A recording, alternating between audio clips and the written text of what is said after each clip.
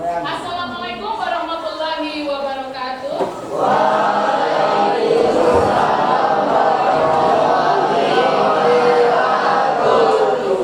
Lebih semangat, lebih kompak sekali lagi. Assalamualaikum warahmatullahi wabarakatuh.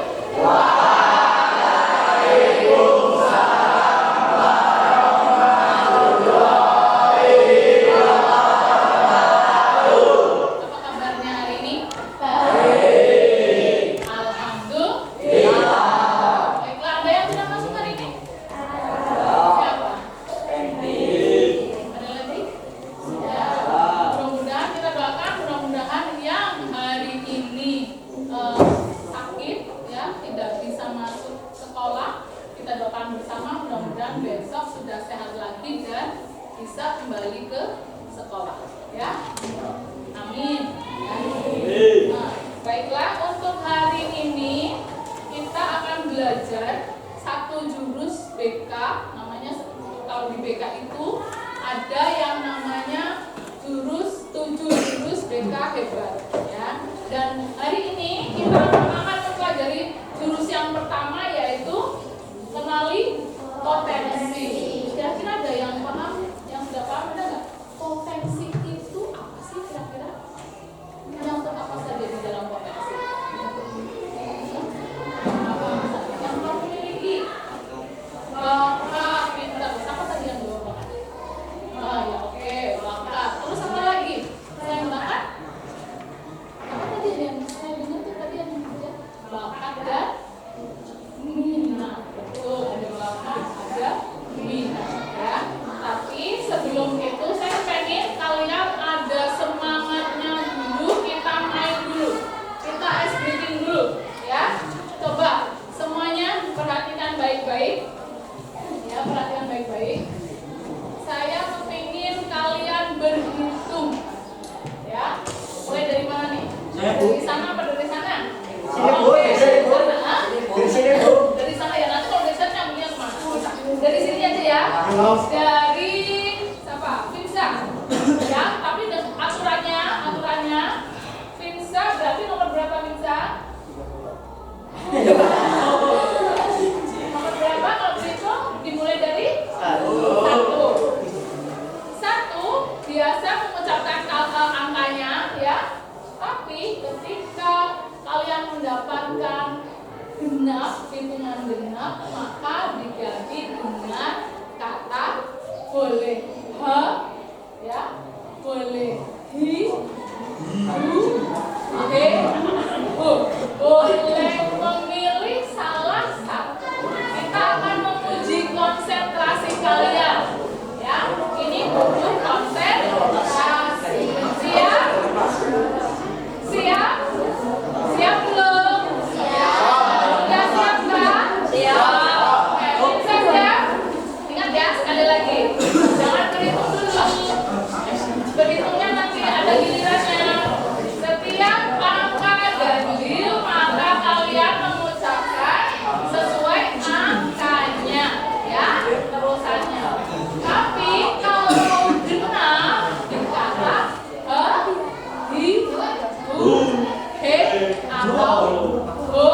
kalian bebas menghitung. Kamu percobaan tadi? Oke, kita percobaan sampai 5 saja ya. Yang lain nanti ulang lagi. Oke, bisa kan? 1. Terus? Kamu terus. Ulangi lagi bisa. 1. 3. Terus coba. Oke, seperti itu ya. Paham ya? Suaranya yang keras, duduknya yang bagus. Bisa, duduk bagus bisa. Ya. Coba, siap ya? Mulai dari Firza. 1. 3. 5. Berapa benar nggak tadi atasnya? 7.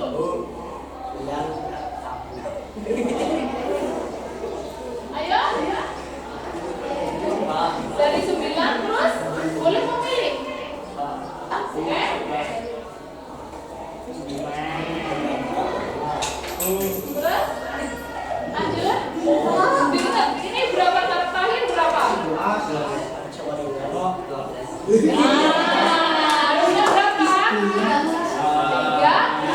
Konsentrasi. Ulangi dari 13. Ulang 13.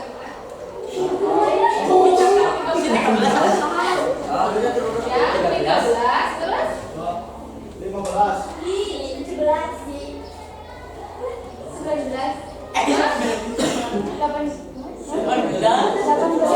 betul 19 terus habis 19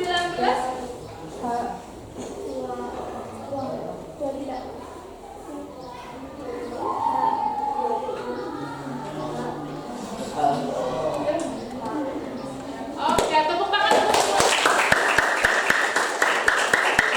Ternyata ini permainan sederhana, tapi tidak semua bisa lancar karena apa? Kendalanya tadi apa? Tidak konsentrasi.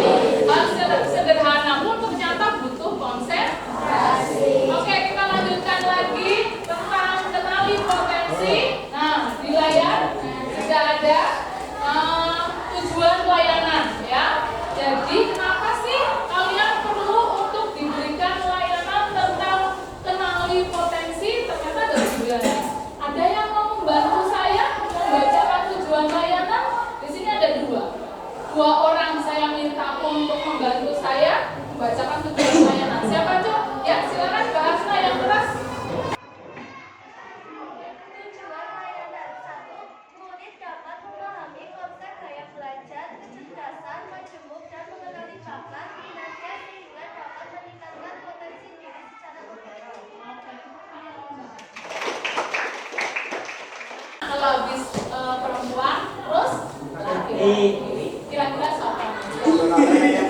Oke, ya silakan yang keras. Hah?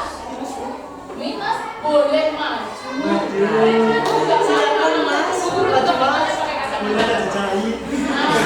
Sampai jelas. Ya silakan dibaca.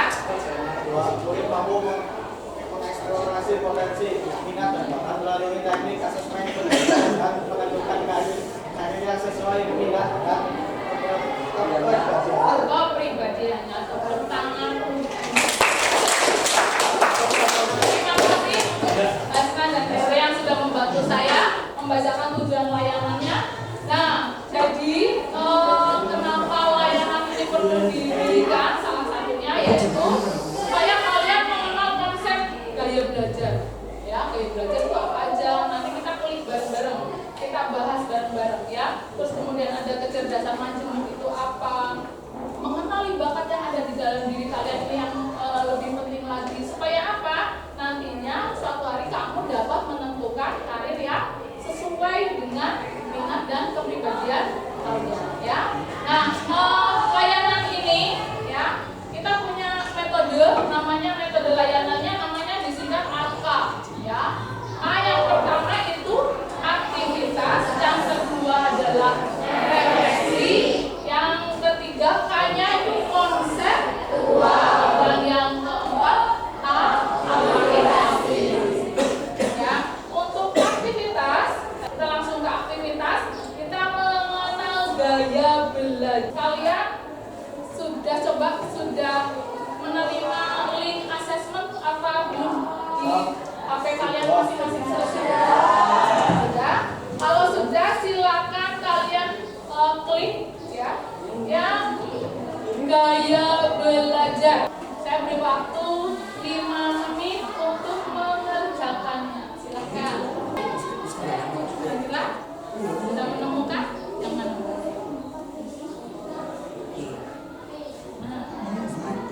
Sekarang semua berdiri. HP letak. Jika apa yang saya katakan itu kalian merasa itu adalah kalian, ya, maka dipersilahkan maju 1 langkah. Siap? Dengarkan baik-baik. Kalimatnya adalah saya lebih mudah memahami pelajaran jika diajarkan dengan cara membaca. Contohnya seperti ini. Membaca 1, oke, 1 orang. Oke.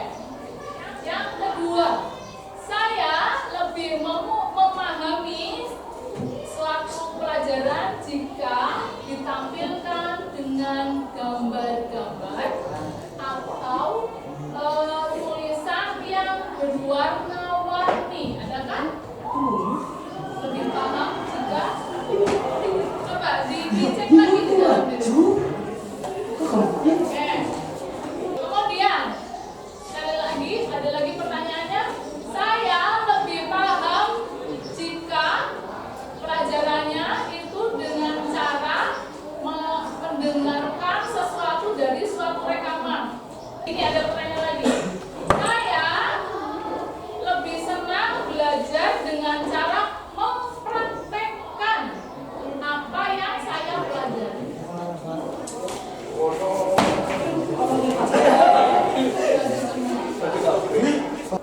Saya ulangi lagi. Saya lebih paham jika saya belajar dengan cara menonton video. Siapa yang tadi maju pada saat saya bilang sepaham ketika pelajaran itu kemudian praktek langsung? Siapa? Berdiri sekarang. Berdiri. Silakan, ini membentuk dua kelompok. Dua kelompok.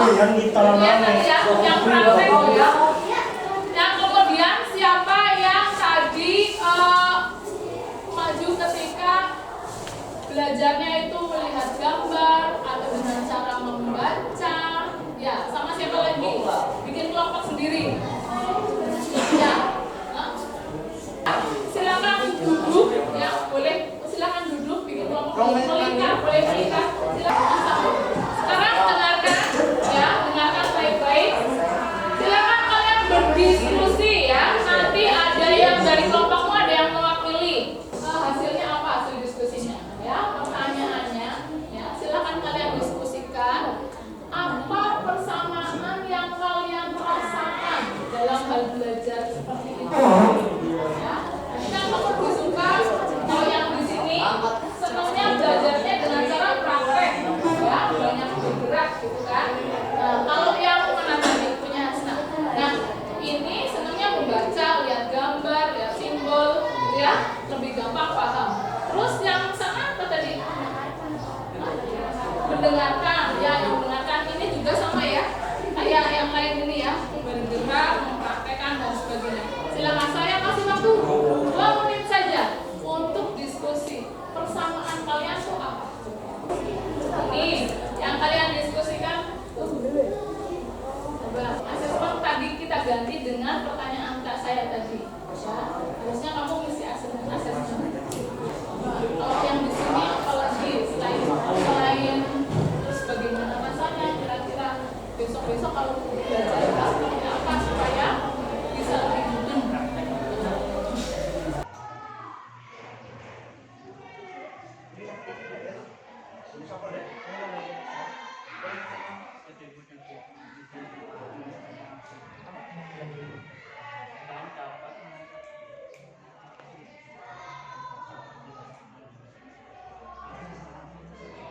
Dari kelompoknya siapa nih? Yang mau maju duluan? Indra, Bu. Hah? Ini kelompok 1, kelompok 2, kelompok 3, 4, 5. Ya, ini kan sama ya. Ini tadi dengan bergerak juga, yang sini juga bergerak. 3 kelompok ini diwakili salah satu kelompok. Mana yang mau wakili? Ini coba kelompoknya satu lagi. Raska, silakan. Berdiri Raska. Ya. Hasil diskusinya bagaimana? Persamaannya apa dari teman-temanmu itu? Kalau dipraktekkan lebih paham. Terus apa lagi? Praktek langsung. Terus apa lagi? Apa lagi? Yang 2 belum. Oh, nah terus kira-kira bisa bantu nggak kalau kamu bisa ngerti daya belajar, terus bisa bantu dalam belajarnya kamu apa nih? Apa yang dilakukan? Tahu strateginya kira-kira Kalau misalnya belajar terus praktek, gitu ya? Ya gitu nggak? Ya, terima kasih Raska. Dari kelompoknya Asna, coba silakan berdiri Asna. Persamaan dalam diri kita ketika belajar adalah sama-sama suka membaca dan mencatat karena lebih mudah dipahami dan dihafal. Iya, jadi sama-sama senangnya nyatet, terus apa lagi? Baca, gitu ya. Dan itu lebih gampang ditangkap, terus ingatannya lebih lama. Ya, oke, terima kasih Asna. Terus dari yang dengan cara mendengar, coba siapa yang mewakili? Boleh berdiri? Lalu ke sana saja nggak apa-apa. Ya. Persamaan memahami jika belajar dengan cara dijelaskan atau mendengarkan, termasuk cara memberikan penjelasan dan kemudian dipahami oleh guru. Ya, dengan mendengarkan, kemudian membayangkan sehingga lebih paham dan lebih bisa dimengerti. Oke, terima kasih. Tepuk tangan untuk semua. Nah, kalau sudah, silakan kembali ke tempatnya masing-masing. Sekarang yang ketiga, kita akan belajar tentang konseptual, ya, berkaitan dengan kecerdasan. Daya belajar itu sangat terkait dengan kecerdasan. Apa sih yang dimaksud kecerdasan? Juga bisa dilihat itu terbaca tidak sampai sana? Terbaca ya? Ya. Apa sih kecerdasan? Kecerdasan bisa didefinisikan sebagai kemampuan untuk memecahkan persoalan dan menghasilkan solusi dalam situasi yang nyata. Ya, ada seorang ilmuwan namanya Gardner menemukan bahwa kecerdasan tidaklah tunggal. Ternyata kecerdasan itu macam-macam. Ada yang bilang 8, ada yang mengatakan 9. Jadi kalian mungkin ada yang cerdas di bidang seni, tapi tidak cerdas di bidang olahraga. Ya tidak? Ada yang suka jurnalis, ya, tentang membuat berita, menyusun kata-kata, gitu ya. Tapi mungkin cerdas di bidang itu, tapi jadi bisa jadi tidak cerdas juga di bidang lainnya. Tuh, kemudian ada juga yang namanya mawas diri. Ini pribadi yang bertoleransi, senang berkorban atau mendahulukan kepentingan orang lain. Ada juga yang disebut dengan pinter atau pintar. Kalau bahasa Jawa pinter ya.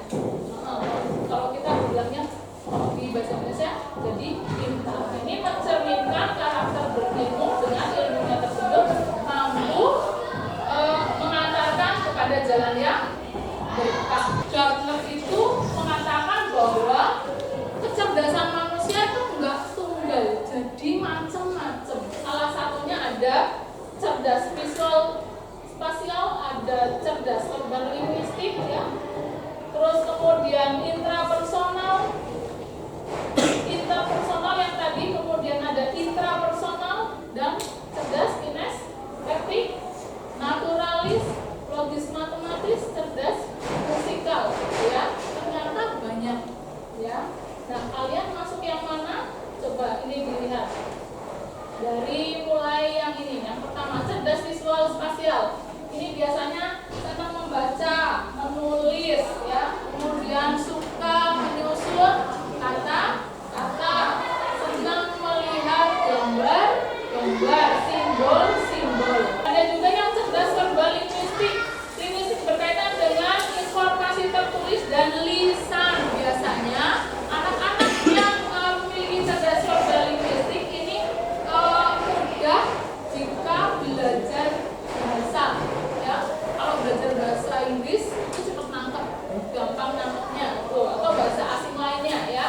Kemudian enjoy membaca dan menulis, punya hobi di perpustakaan, kemudian pidato juga pintar, gitu ya, mampu menjelaskan sesuatu dengan baik, gitu ya. Terus kemudian ada lagi yang namanya cerdas interpersonal. Apa ini? Komunikasi verbalnya bagus, lancar, ya, gampang dimengerti oleh orang lain.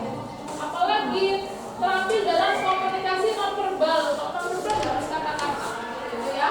Pakai bahasa, terus juga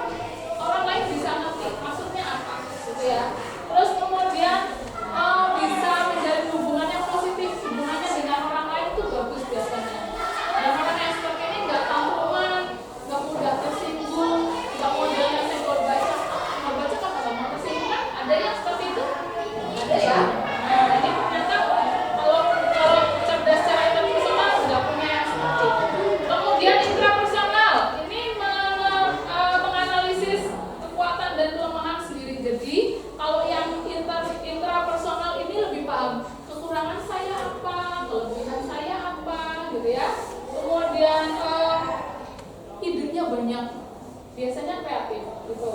Terus punya motivasi dan kalau misalnya ada sesuatu hal, motivasi itu dari dalam, nggak karena dibimbing oleh orang lain.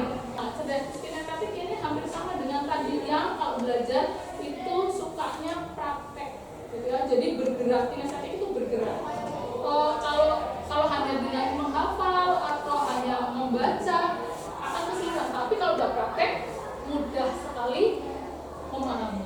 Kemudian ada cerdas naturalis. Kalau cerdas naturalis ini kaitannya sama sayang binatang, kemudian suka bereksplor dengan tumbuh-tumbuhan, berkebun gitu ya. Tuh, kalau misalnya kalian ada kesenangan ke sana, berarti kalian punya kecerdasan naturalis. Kemudian ada lagi cerdas logis matematis. Ini biasanya matematikanya pintar ya, hitung-hitungannya pintar. Kemudian suka melakukan eksperimen ilmiah. Kalau pelajaran matematika seneng banget masuk lab IPA gitu ya. Oh, tuh. Kemudian musikal, cerdas musikal, namanya musikal. Berarti biasanya orang-orang ini senang musik. Kalau dengar lagu dia langsung tahu, oh ini nadanya di sini gitu ya. Oh nada dasarnya ini. Kemudian kalau misalnya mengikuti nada juga lebih mudah gitu ya. Nah, itu tentang kecerdasan majemuk. Kalau di sini tadi ada 9 ya, itu namanya kecerdasan majemuk. Nah, kemudian yang tadi kalian lakukan, praktekkan, saya suruh berdiri, kemudian maju gitu ya. Nah, ini tentang 3 gaya belajar. Yang pertama itu visual ya, yaitu lebih mudah mengingat informasi dalam bentuk gambar, grafik, warna, tulisan, senang membaca dan mencatat. Jadi kalau ada keterangan dicatat, kemudian disimpan itu menjadi catatan, jika suatu hari dibutuhkan dibaca lagi. Kemudian tertarik pada tampilan visual, kayak diagram, video, ilustrasi, itu masuk ke gaya belajar visual ya. Siapa tadi kira-kira yang masuk ke gaya ini, gaya belajar visual? Cung, kelompok mana tadi? Cung yang tinggi berapa? Nah, ini tadi ya, bareng-bareng tuh ya. Itu senang melihat atau membaca, apalagi ada simbol-simbol warna-warni gitu ya. Strateginya gimana nih? Ya kalau senang melihat gambar-gambar, artinya kalau belajar gunakan, kalian boleh menggunakan simbol-simbol ya, tulisannya dibikin simbol. Misalnya nih, kalau dulu saya tuh nulis tujuan, bikin simbol tuh, tujuhnya pakai angka ditambah an, bacanya jadi tujuan. Itu lebih mudah, lebih simpel nulisnya, dan diingatan itu lama ya. Tuh, jadi pakai simbol, boleh pakai simbol atau pakai gambar gitu ya. Tuh, kemudian yang kedua belajar auditori. Auditori ini kaitannya dengan apa? Pendengaran ya, dengan pendengaran. Kalau belajarnya dengan mendengar ya, ada nih yang misalnya cara belajarnya nih gini, membaca direkam ya, pakai HP-mu. Setelah bacanya ini direkam, terus kemudian nanti disetel ulang dan kamu mendengarkan. Ternyata itu bisa jadi cara terbaik untuk bagi anak-anak yang punya gaya belajar apa? Auditori. Kalau tadi yang pakai gambar-gambar namanya apa? Visual. Kalau yang pakai pendengaran? Auditori. Ini ada cerita ya, ada cerita. Di sebuah asrama di sekolah yang ada asramanya nih, mereka punya kamar sendiri-sendiri ya. Ada anak yang kalau habis maghrib, ini ceritanya besok mau tes. Ini ada anak yang kalau habis maghrib itu masuk ke kamar temannya habis sholat, kan terus belajar. Cuma belajarnya agak kenceng dia, jadi belajarnya dia modelnya dibaca agak keras-keras. Teman tetangganya ini dari kamar sebelah masuk, terus ngapain coba? Tidur di situ. Di kamarnya temennya lagi belajar. Yang lagi belajar kan ini kesel banget. Kamu besok mau tes mau tiduran di kamar saya. Harusnya kan kamu juga belajar. Dia bilangnya apa? Saya pengen di sini. Gitu. Ternyata apa yang dia setelah tes apa yang terjadi? Kan ini yang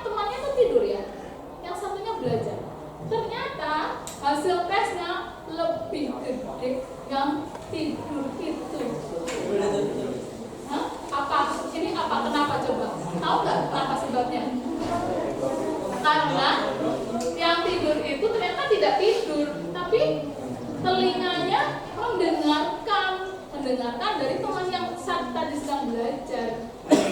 Berarti teman yang tadi yang terlihat tidur itu menggunakan gaya belajar apa?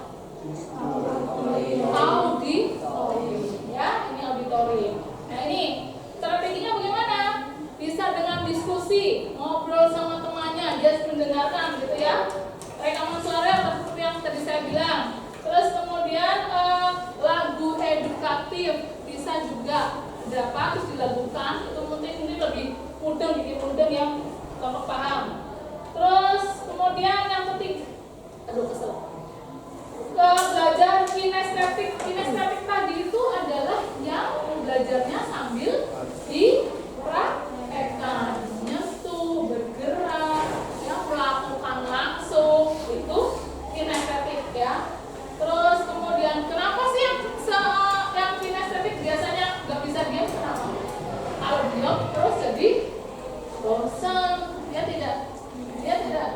Ya, terus gimana caranya? Pakai permainan edukatif ya, simulasi, ada eksperimen, bisa dengan bereksperimen. Contohnya kalau di pelajaran IPA kamu masuk lab, seneng kan di sana kan, terutama yang gaya belajarnya pakai kinestetik itu senang sekali, langsung praktek, pegang mikroskop, tahu hasilnya seperti apa, itu akan lebih sangat menyenangkan. Terus kemudian, nah ada lagi yang namanya assessment ya. Ini untuk mengetahui potensi karir masa depan. Dia mengelompokkan menjadi 6 ya. Yang pertama yaitu realistik.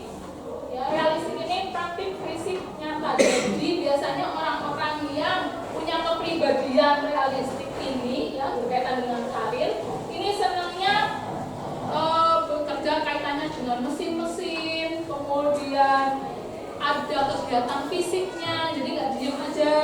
Terus kemudian terkait pada pekerjaan yang melibatkan keterampilan, praktis dan teknik. Contoh profesinya adalah misalnya ada mekanik, kemudian apa lagi?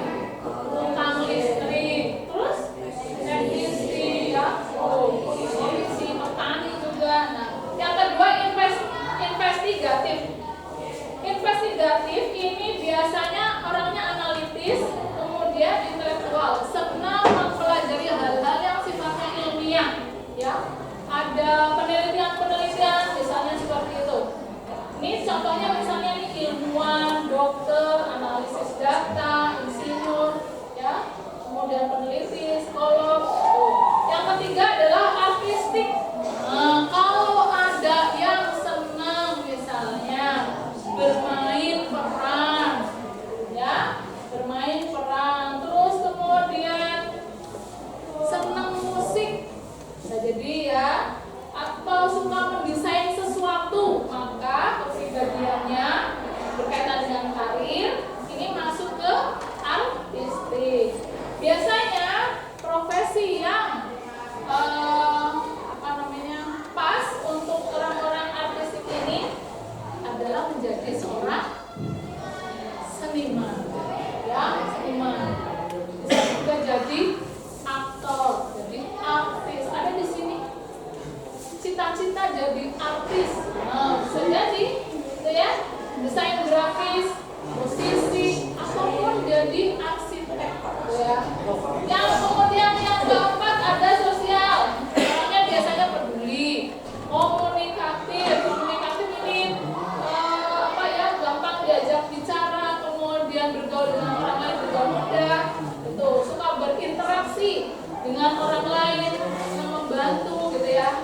Contohnya untuk profesi ini guru, ya, konselor, perawat, psikolog, dan pekerja sosial. Yang kelima yaitu enterprising, ya. Ini biasanya seorang pemimpin, ya. Ini menyukai kegiatan yang hubungannya dengan kepemimpinan, senang berorganisasi, gitu ya.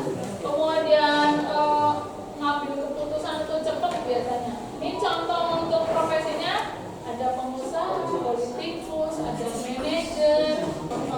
Terus yang keenam konvensional, ya, orang itu biasanya bekerjanya secara terstruktur, teratur.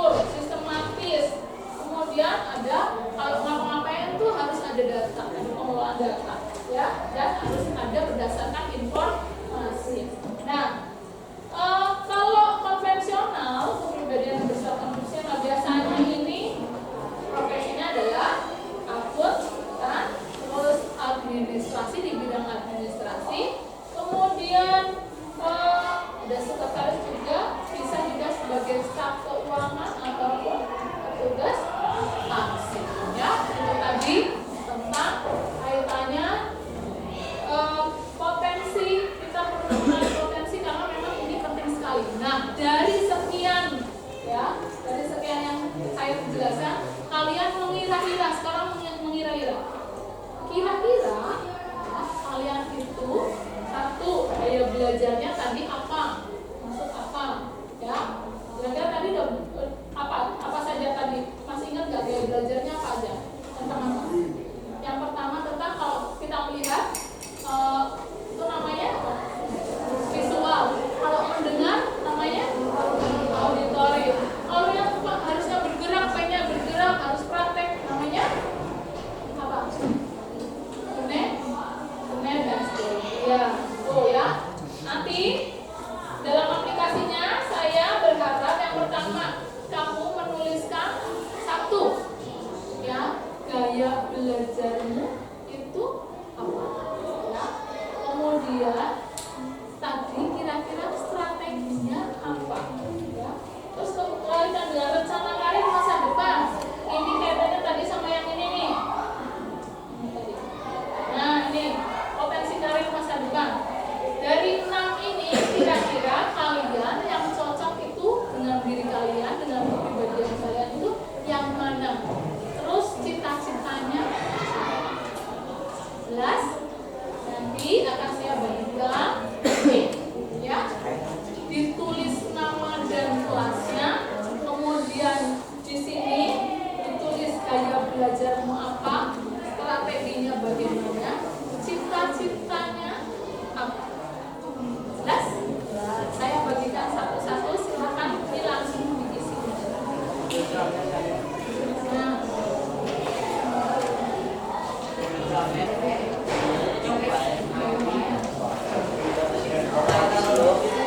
tulis nama, kelas, gaya belajar, terus kemudian strateginya apa ya, strateginya apa, cita-citamu. Tulis namanya di atas sini.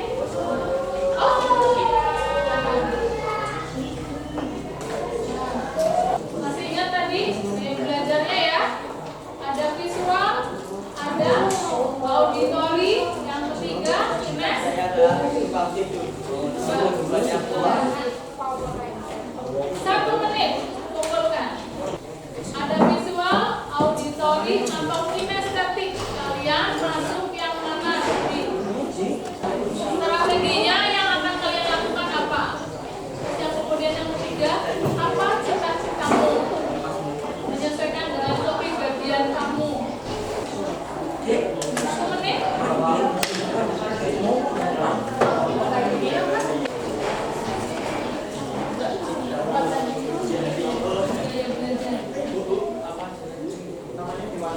Namanya di pojok atas sana.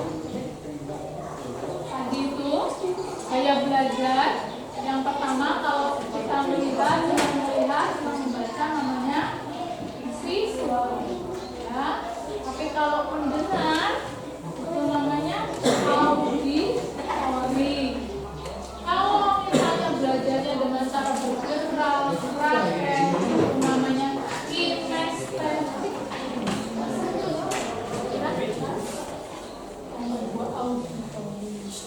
Oh, yang kedua pertanyaannya, strateginya supaya kamu belajarnya lebih maksimal, menyesuaikan dengan gaya belajar, kira-kira apa yang akan kamu lakukan?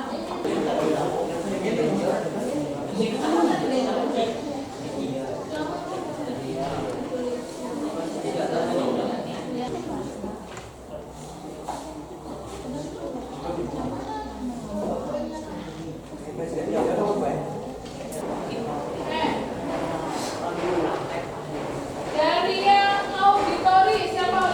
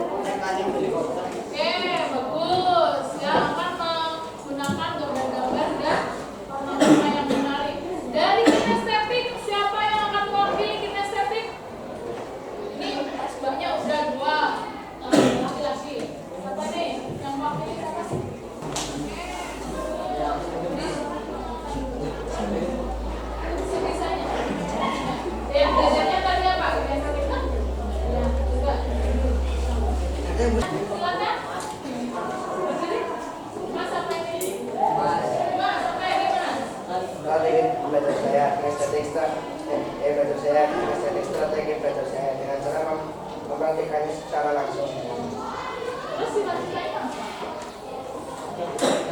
Enggak, mau jadi apa?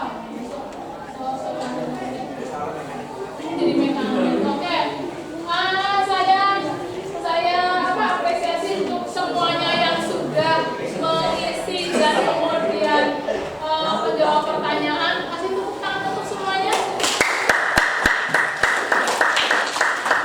Itu nanti kalian simpan ya baik-baik. Cita-citanya itu yang kalian tulis itu simpan. Suatu hari nanti berapa tahun depan coba terjadi atau tidak. Sekarang menulis cita-citanya dengan kesungguhan hati, gitu ya. Oke, baiklah. Itu tadi yang bisa saya sampaikan ya tentang kenali potensi. Ini jurus yang pertama dari 7 jurus BKM. Suatu hari nanti kita akan bahas jurus-jurus yang lain ya. Terima kasih atas perhatiannya. Saya tutup. Wassalamualaikum warahmatullahi